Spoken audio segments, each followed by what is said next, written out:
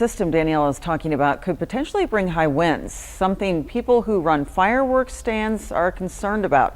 Elizabeth Van Mitri joins us live from R&R Fireworks to talk about the preps they're doing. Elizabeth? Upwards of 60-mile-an-hour winds can certainly cause damage to a tent and everything inside. Those who run these stands tell me they prep as much as they can, which mostly means a lot of praying. Just walk through here, we'll pull on each one, make sure that it kind of strings like a guitar. Charles Doss is a tent manager at this fireworks stand.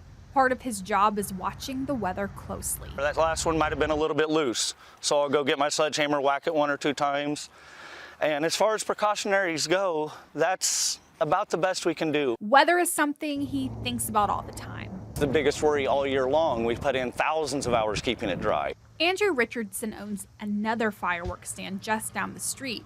He says they'll likely move the product into containers. The worst thing does happen, it's not as damaging as it could be.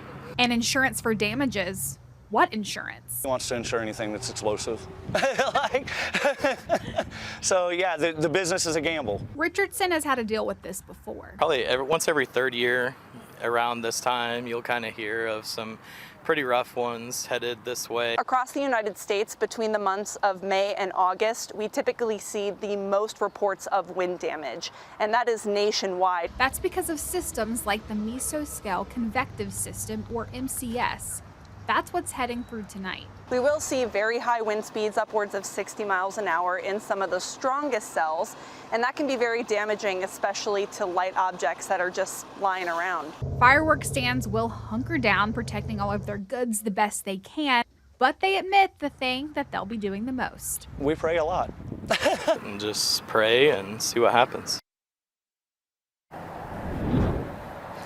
Now, if people who run these big tents are worried, it might be a good idea to go ahead and bring anything you have in your yard inside as well. Nicolette and Danielle just said that those storms are likely to hit between midnight and 6 in the morning. For KY3 News, I'm Elizabeth Van Mitri.